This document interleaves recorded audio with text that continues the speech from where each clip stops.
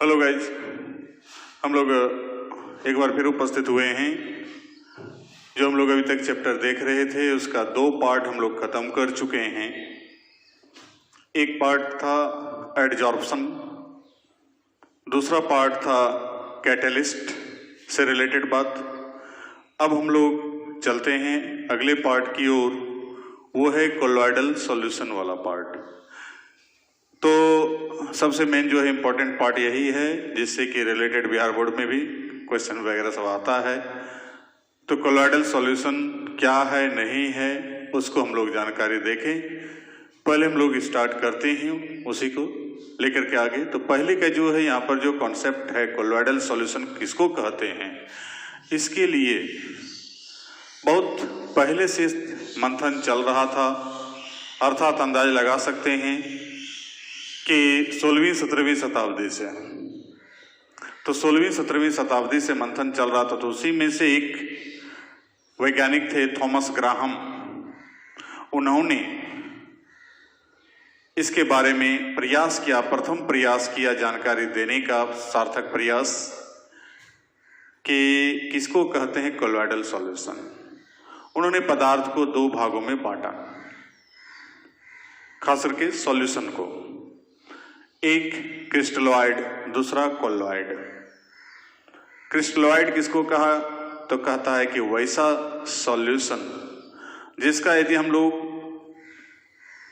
कह सकते हैं कि उसका जो सॉल्वेंट को यदि हम अलग करते हैं तो सॉल्यूट जो बचेगा वो रवा के रूप में, दानेदार स्ट्रक्चर के रूप में बचेगा। जैसे नमक पानी का घोल, चीनी पानी का घोल, उसको यदि हम लोग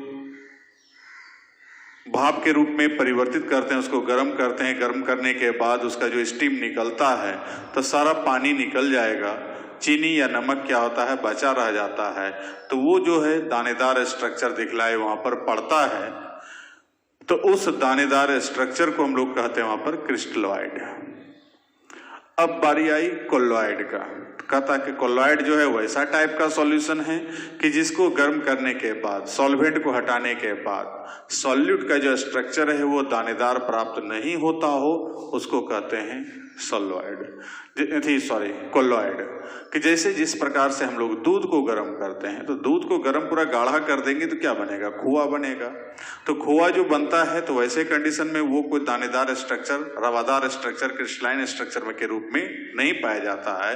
तो वो नॉन क्रिस्टलाइन स्ट्रक्चर है, बेरवादार पदार्थ है, इसलिए उसको क्या कहा गया हमको, कोलॉइड। तो इसी प्रकार से ब्लड जब देखते हैं थक्का के रूप में, पानी ब्लड कहीं बाहर निकल के रखा, थक्का के रूप में जब जम गया तो उसका पानी जो हट गया, तो वहां पर जो है हमको जो भी पदार्थ बचता है ब्लड का, माने जो भी पार्टिकल्स वगैरह सब, जो भी आरबीसी है, डब्ल्यूबीसी है, जो भी वहां पर प्रेजेंट बचा हुआ थक्का में, तो वो कोई रवादार स्ट्रक्चर मतलब दानेदार स्ट्रक्चर के रूप में नहीं प्रेजेंट है, तो वो क्या कहलाएगा हमको जाकर कोलॉइड। तो इस प्रकार से थॉमस ग्राहम ने 2 भागों में बांटा, क्रिस्टलॉइड और कोलॉइड। लेकिन कंडीशन यहां पर आ गया कि कुछ वैसे पदार्थ आए जो दिखने में माने सारा कैरेक्टर क्रिस्टलॉइड के तरह है, लेकिन अदर कैरेक्टर जो है कोलॉइड के तरह मिल रहा है। मतलब परिभाषा के अनुसार लग रहा है क्रिस्टलॉइड, लेकिन उसका अदर कैरेक्टर जो है कि मिल रहा है कोलॉइड के तरह। या कुछ वैसा पदार्थ मिला जिसका कि परिभाषा के अनुसार से लग रहा है कोलॉइड, लेकिन अदर कैरेक्टर मिल रहा है क्रिस्टलॉइड के तरह। तो वो सब जो पदार्थ जब डिस्टर्बेंस हो गया, आ गया, तो वैसे कंडीशन में इस थ्योरी को बायकॉट करना पड़ा। और उसके बाद तब फिर मॉडर्न थ्योरी। पहले हम लोग उसी पुराने थ्योरी को देखते हैं। तो हेडिंग देते हैं हम लोग, types of solution.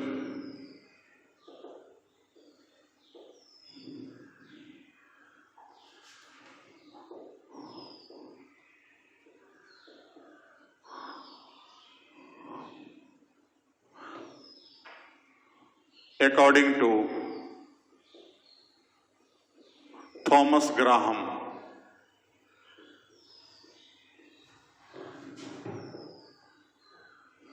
it has following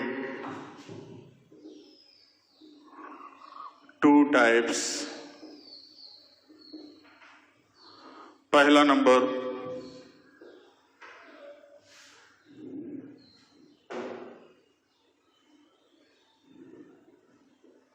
crystalloid,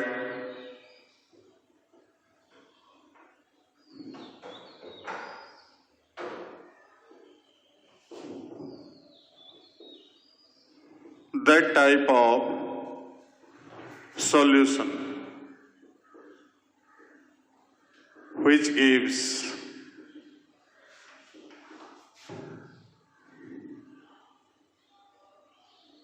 crystalline substance after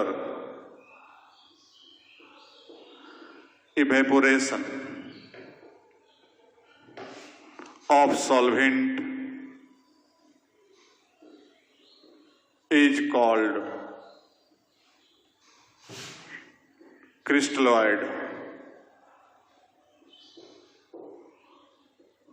example में solution of water and salt, solution of water and sugar, etc.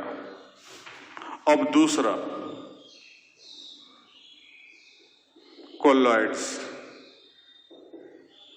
तो कहता है कि that type of solution which does not give any crystalline substance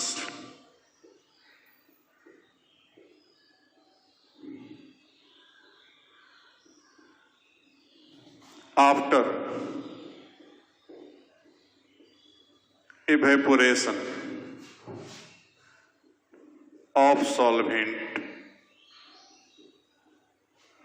is called colloid.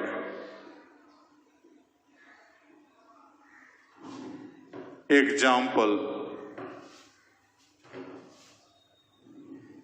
milk, blood, etc. तो इस ढंग का पदार्थ को हम लोग कहेंगे कोलॉइड और इस ढंग के पदार्थ को कहेंगे क्रिस्टलॉइड। पहले इसको लिख लें।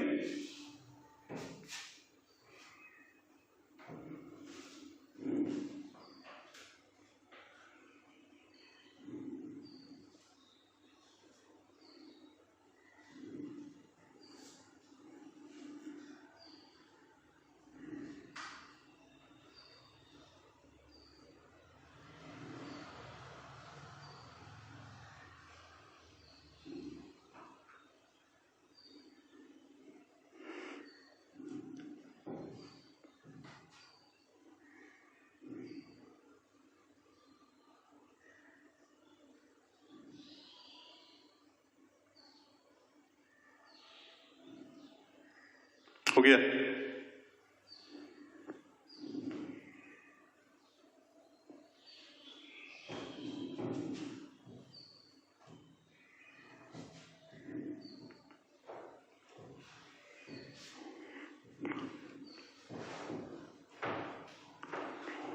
अब यहां पर कुछ एक्सेप्शनली वर्ड आया, उसको देखें हम लोग, जो इस थ्योरी को रिजेक्ट करने में प्रमुख योगदान दिलवाया।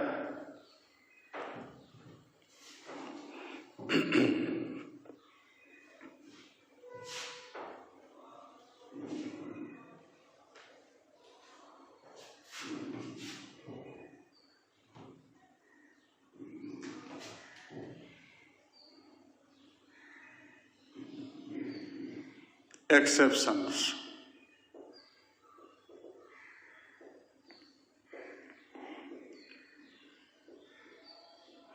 Solution of soap, साबुन तो देखे हैं, in water behaves like colloids, but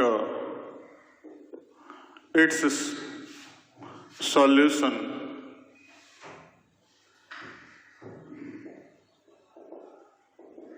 in kerosene oil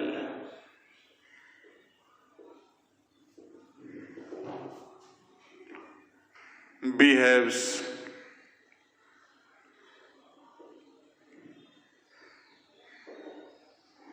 like crystalloid.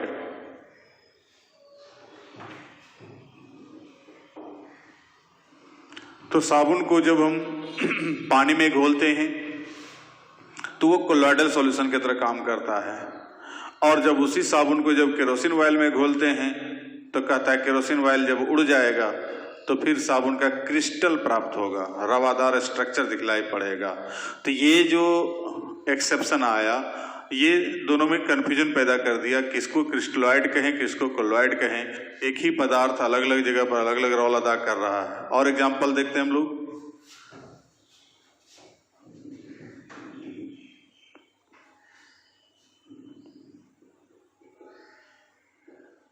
Solution of NaCl in water behaves like crystalloids, whereas its solution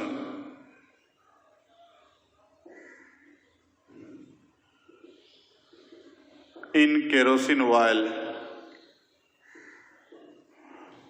और बेंजीन, यहां भी दे सकते हैं केरोसिन ऑयल और बेंजीन, बेंजीन में भी घोलेंगे तो वही होगा। Behaves like colloids. अब देखिए कंफ्यूजन कैसा पैदा कर रहा है यहाँ पर कि नमक को जो हम पानी में घोलते हैं, जस्ट देखे साल्ट और वाटर का जो मिक्सचर है वो क्रिस्टलॉइड में देखे, और उसी नमक को जब केरोसिन ऑयल या बेंजीन में घोलते हैं, अब उसके सॉल्यूशन को यदि हम इवेपोरेशन कराते हैं तो वो जाकर के जो है कि किस तरह बिहेव कर रहा है, तो कोलॉइड के तरह। तो यहाँ जो कंफ्यूजन पैदा कर दिया, तो ऐसा सब एक्सेप्शन डिस्टर्बेंस कर दिया कि जाकर के जो है कि किसको कोलॉइड माने किसको क्रिस्टलॉइड माने। और एक देखते हैं हम लोग।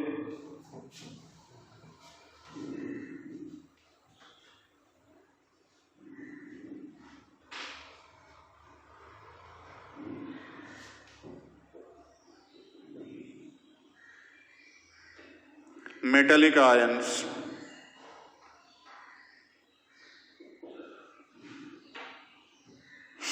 like Ag, Au, Cu, etc.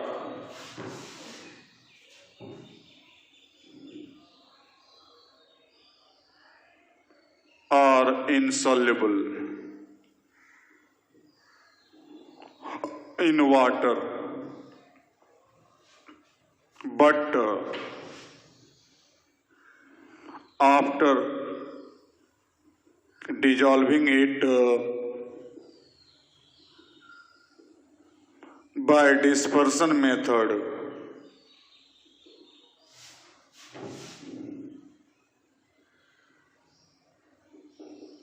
its solution will behave like colloids.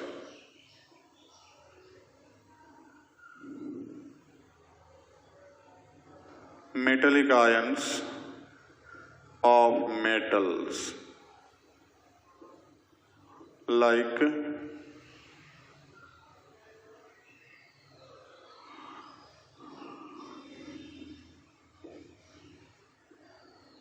AgAu etc. तो इस प्रकार का मेटल जो है AgAu Cu वगैरह सब का जो मेटेलिक आयन है, इसको यदि हम वाटर में घुलाना चाहेंगे तो वाटर में घुलता नहीं है। जल में अघुलनशील है। लेकिन इसी को जब जा करके जो है कि हम लोग डिस्पर्सन मेथड के द्वारा, डिस्पर्सन मेथड क्या है तो हमको आगे देखना है इसी चैप्टर में, तो डिस्पर्सन मेथड के द्वारा इसको किसी तरह घुला दें वाटर में, और घुला करके उसके बाद जो सॉल्यूशन प्राप्त करते हैं तो कहता है वो कोलोइड सॉल्यूशन, कोलोइडल सॉल्यूशन की तरह काम करता है, अर्थात कोलोइड्स की तरह बिहेव करेगा। तो यहाँ पर ये सब ढंग का जो कन्फ्यूजन पैदा हुआ, जिसका रिजल्ट आया कि ये थ्योरी को थोड़ा सा डिसमिस कर दें, तो इसी को हम लोग यहाँ पर इस एक्सेप्शन के रूप में देख रहे हैं। इसको लिख लें।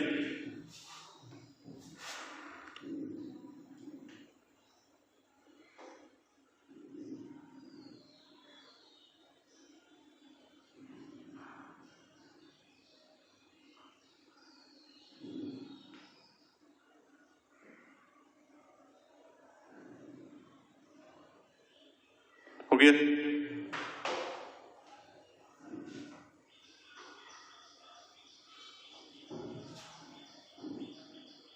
और भी यहाँ पर हम लोग एक एग्जाम्पल और दिमाग में आ रहा है।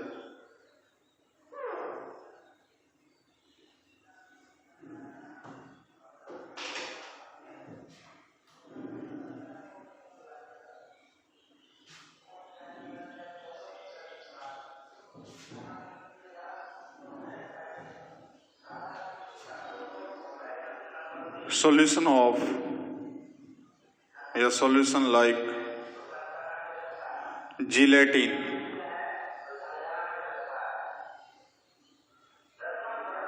and gum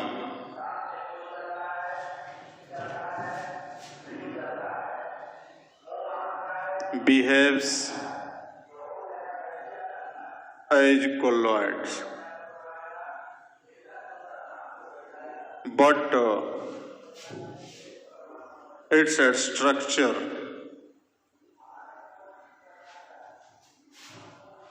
is found as crystalline by X-rays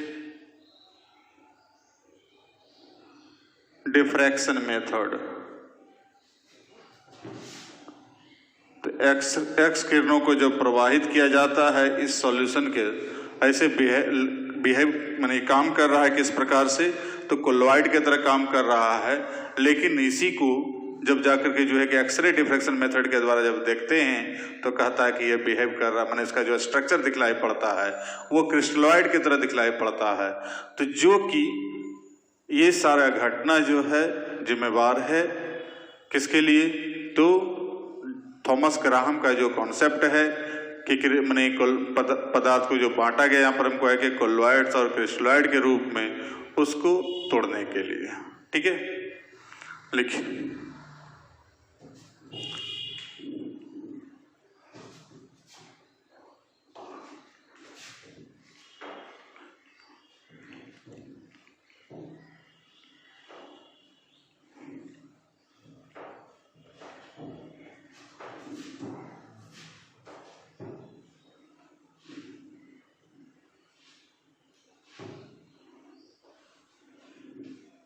ये था ओल्ड कॉन्सेप्ट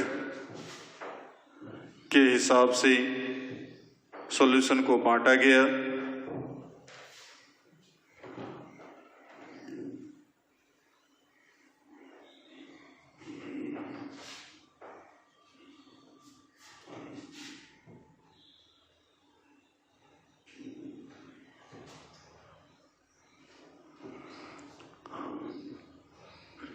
नोट कहता है colloids can't be classified as a substance because of it is a state of matter like solid, liquid and gas। So any state of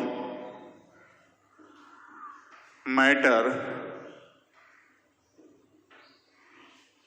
can be changed as colloidal state.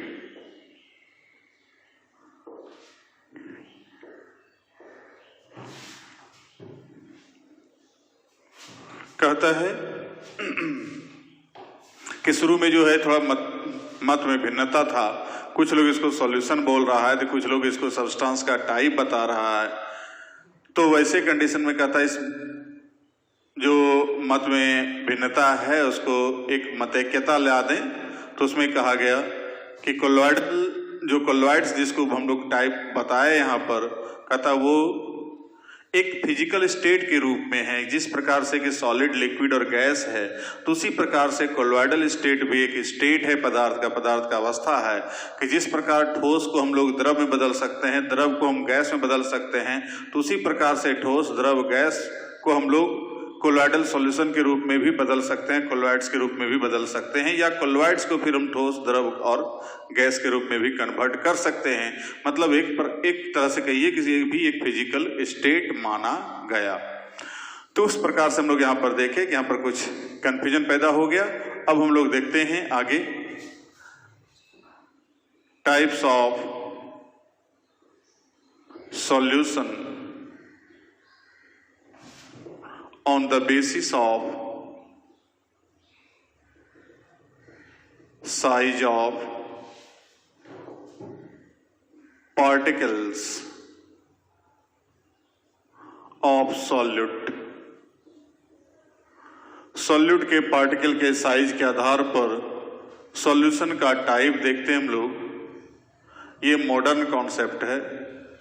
Now according to modern concept, या हम लोग कह सकते हैं on the basis of size of particles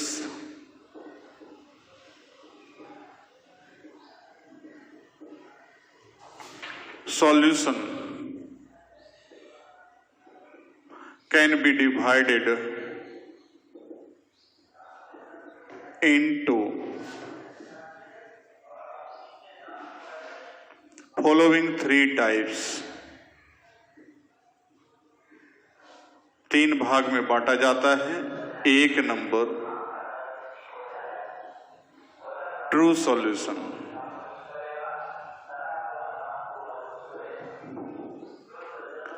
that type of solution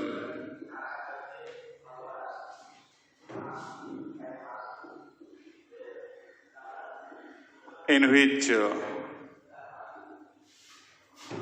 size of particles of solute is less than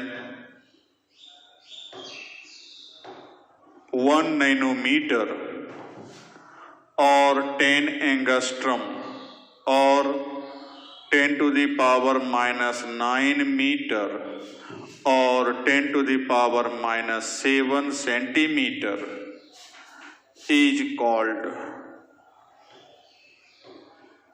true solution। कहता है कि वैसा टाइप का सॉल्यूशन जिसमें साइज का जो पार्टिकल का जो साइज है वो 1 नैनोमीटर या 10 एंगस्ट्रम या 10 पर पावर माइनस 9 मीटर या 10 पर पावर माइनस 7 सेंटीमीटर से छोटा हो, उसे हम लोग क्या कहेंगे? ट्रू सॉल्यूशन कहेंगे। एग्जाम्पल के लिए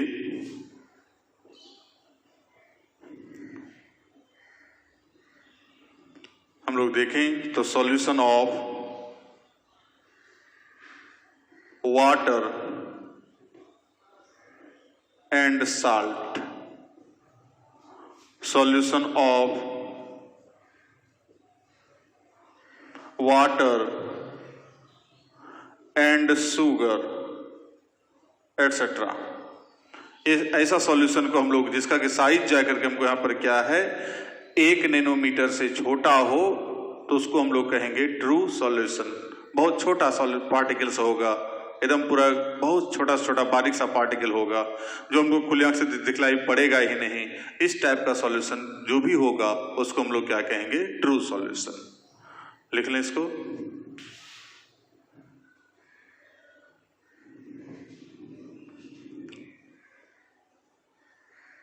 हो गया।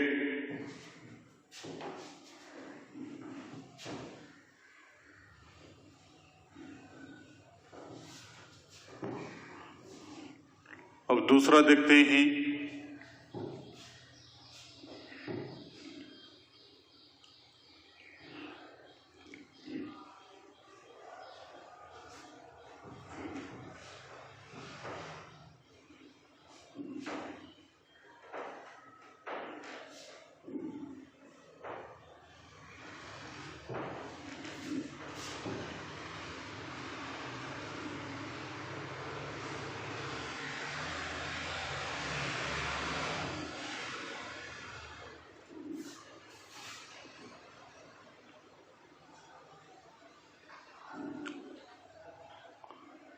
नंबर 2 कोलॉइडल सॉल्यूशन, या हम लोग इसको कहें पहले सस्पेंशन, निलंबन। तो that type of solution in which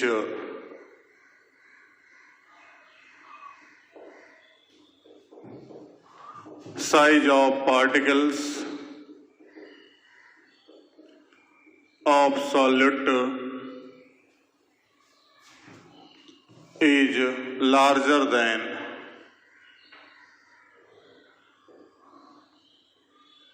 100 nanometer or 10 to the power 3 angstrom or 10 to the power minus 7 meter or 10 to the power minus 5 centimeter is called suspension. Example में solution of soil with water, solution of lime चूना with water etc. जल के साथ मिट्टी का घोल, जल के साथ चूना का घोल, इस ढंग का जो भी है तो वो सब क्या है, सस्पेंशन। बहुत सारा मेडिसिन सब में भी आता है सस्पेंशन।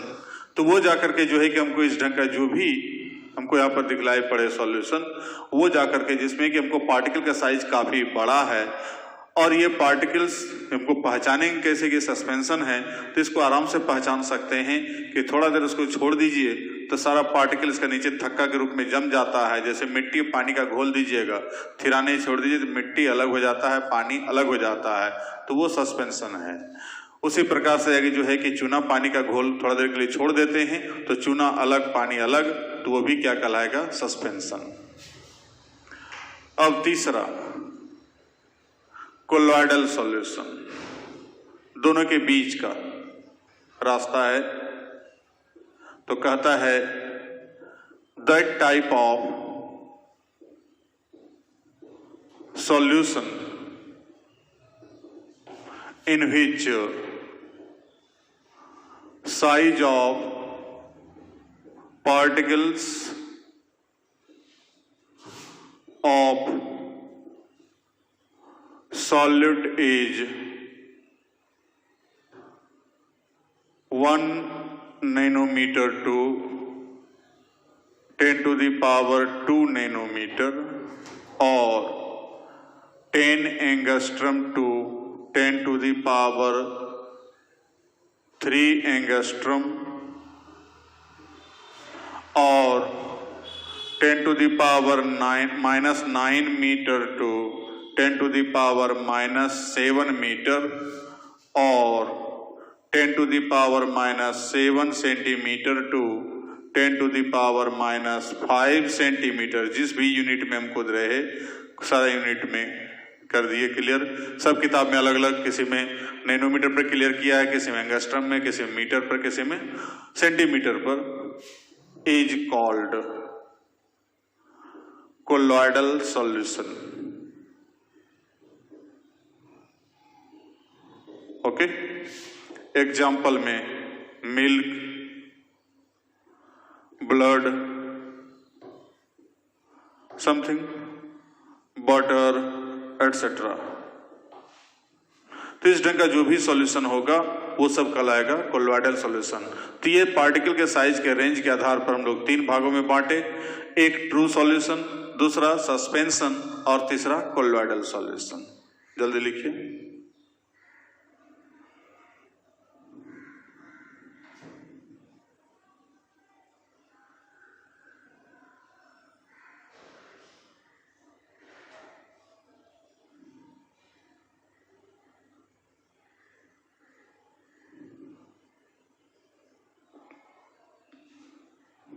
हो गया।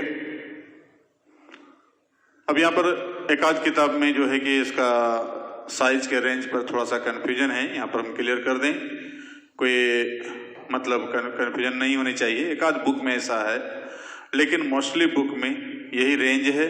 इस रेंज पर जो भी है सॉल्यूशन उसको हम लोग जाकर के तीनों को अलग अलग ट्रू सॉल्यूशन, कोलॉइडल सॉल्यूशन और सस्पेंशन के रूप में बांट सकते हैं। कहीं कहीं रेयर केस में यहाँ पर क्या किया है कि जैसे यहाँ पर हम लोग लिए 1 नैनोमीटर से 100 नैनोमीटर, तो वो कर दिया है 1 नैनोमीटर से 1000 नैनोमीटर। तो वहाँ पर कंफ्यूजन थोड़ा सा है एक आध जगह पर, लेकिन सभी माने मोस्टली हम लोग बहुमत को देखते हैं, तो बहुमत में जो है कि अधिकांश बुक में साइज का जो रेंज है, पुरानी भी बुक में जितनी भी हैं सब में यही रेंज दिया गया है। एक आध बुक में थोड़ा कंफ्यूजन है, तो वो अपना कंसीडर कर लेंगे आप लोग। तत्कालिक यहाँ पर हम लोग को बस इस रेंज को दिमाग में रखना है।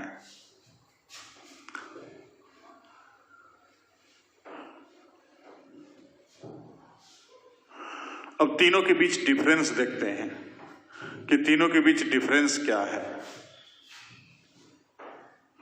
मोटा मोटी यहां पर हम लोग डिफरेंस देख लें।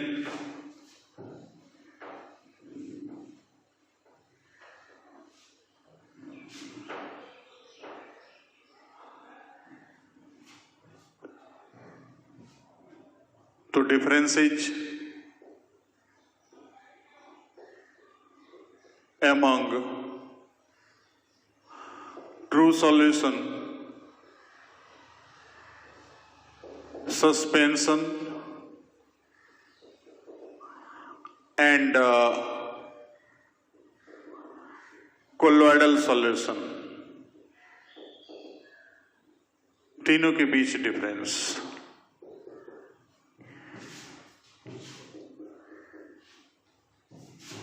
तो कहता है यहां पर पहला कैरेक्टर्स, एक कॉलम तैयार करते हैं। एक तरफ ट्रू सॉल्यूशन, बीच में कोलॉइडल सॉल्यूशन, क्योंकि दोनों का रेंज हमेशा दोनों के बीच का है ये रेंज इसका, और तीसरा सस्पेंशन। तो पहला तो साइज ऑफ पार्टिकल्स जो अभी देखे, तो ये तो लेस देन 1 नैनोमीटर और ये larger than 10 to the power 2 nanometre और ये 1 nanometre to 10 to the power 2 nanometre. दूसरा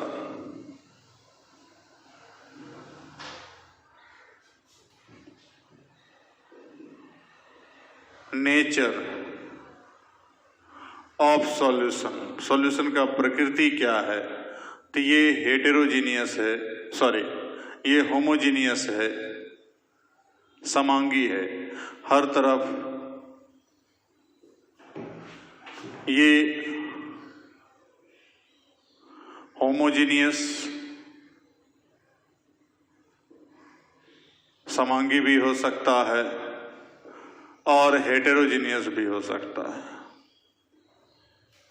और ये ऑलरेडी हेटेरोजीनियस है। विसमांगी पूर्णतः घुला मिला नहीं रहता है, तो पूर्णतः घुला मिला है एक समान हर जगह तो होमोजीनियस, एक समान नहीं घुला मिला है तो हमको यहाँ पर होमोजीनियस हेटेरोजीनियस कुछ भी हो सकता है, और पूर्णतः वहां पर घुला मिला उसमें नहीं पाया जा रहा है तो वो तो हेटेरोजीनियस रहेगा। उसके बाद विजिबिलिटी, दृश्यता,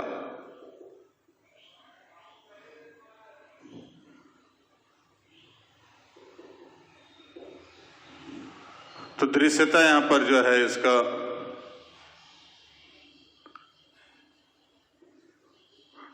इनविजिबल कहिए इसको, अदृश्य है, इसका पार्टिकल्स को हम लोग देख नहीं सकते हैं। ये विजिबल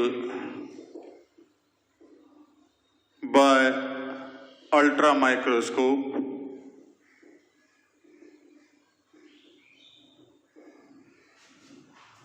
और ये जो है विजिबल बाय नेकेड आई, खुली आंख से देख सकते हैं इसको। चौथा एपियरेंस, कैसा लग रहा है देखने में, तो कहता है ये क्लियर सॉल्यूशन है और ट्रांसपेरेंट, पारदर्शक, या यहां पर हम लोग एपियरेंस की जगह पर ट्रांसपेरेंसी भी कह सकते हैं कि ट्रांसपेरेंसी की क्या स्थिति है। तो ये क्लियर या ट्रांसपेरेंट सॉल्यूशन है, इसको आर पार हम लोग देख सकते हैं। इसके आर पार ये जो है ओपेक मोस्टली, और ये जाकर के यहां पर लिख सकते हैं समटाइम्स क्लियर, और ये तो पूर्णतः जो है ओपेक ही रहेगा, ट्रांसपेरेंट नहीं होगा।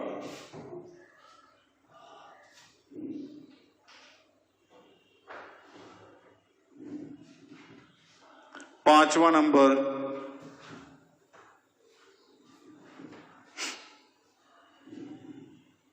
कोएगुलेशन, तो ये नॉट कोएगुलेटेड, ये जो है कोएगुलेटेड। कोएगुलेशन क्या है जस्ट बता रहे हैं, in the presence of electrolyte, और ये जो है कोएगुलेटेड इटसेल्फ।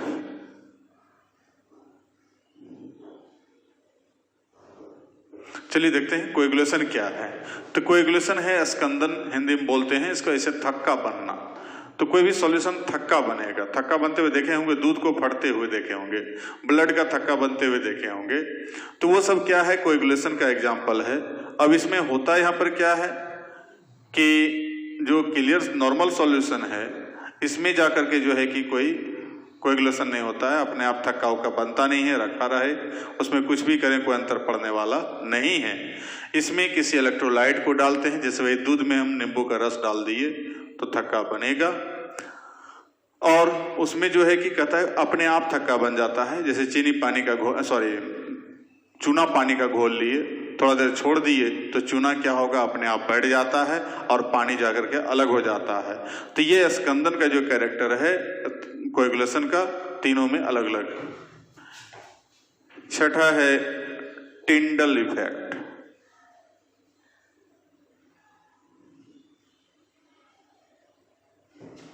अब्सेंट, इसमें कोई टिंडल इफेक्ट दिखलाई नहीं पड़ता है, इसमें प्रेजेंट दिखलाई पड़ेगा, और इसमें भी प्रेजेंट दिखलाई पड़ेगा। अब ये टिंडल इफेक्ट क्या है, तो मोटा मोटी हम लोग यहाँ पर इसको भी समझ लें, फिर बाद में चर्चा, दोनों कैरेक्टर को चर्चा करेंगे, डिटेल से चर्चा करेंगे आगे जाकर किसी टॉपिक में, इसका जब कैरेक्टर पढ़ेंगे तब। तो टिंडल इफेक्ट जो है लाइट का प्रभाव है कि किसी भी सॉल्यूशन से होकर के जब लाइट गुजारते हैं, यदि उसमें सॉल्यूशन का पार्टिकल चमकने लगे, कहीं स्कैटरिंग हो, प्रकीर्णन हो प्रकाश का, तो वैसे कंडीशन, वैसे घटना को हम लोग कहते हैं टिंडल इफेक्ट। तो वो टिंडल इफेक्ट नॉर्मल सॉल्यूशन जो हमको ट्रू सॉल्यूशन उसमें कहीं दिखलाई नहीं पड़ेगा, इसमें दिखलाई पड़ता है और उसमें भी दिखलाई पड़ता है। तो मोटा मोटी ये सभी डिफरेंसेस है तीनों टाइप का सॉल्यूशन में, एक कोलॉइडल सॉल्यूशन, दूसरा ट्रू सॉल्यूशन और तीसरा जाकर के हम लोग देखे सस्पेंशन। ठीक है, तो हम लोग आज का कोटा यहीं तक छोड़ते हैं, फिर हम लोग कोलॉइडल सॉल्यूशन में हम लोग को अब यहां से जो चलना है सिर्फ इसको लेके चलना है, इसको और उसको दोनों को यहीं छोड़ देंगे। तो अगले क्लास में मिलते हैं, कोलॉइडल सॉल्यूशन से संबंधित और सारी बातों की जानकारी लेंगे। इसमें हमको देखना है कि कोलॉइडल सॉल्यूशन कितने टाइप का होता है, कौन कौन सा कंपोनेंट उसमें प्रेजेंट है, उसके बाद जाके कोलॉइडल सॉल्यूशन बनाते कैसे हैं, उसके बाद उसका शुद्धिकरण कैसे करते हैं और उसके बाद फिर उसका कैरेक्टर क्या है। इन सारे बातों की जानकारी हम लोग को इस टॉपिक में देखने को मिलेगा। तो मिलते हैं अगले क्लास में, तब तक के लिए थैंक यू।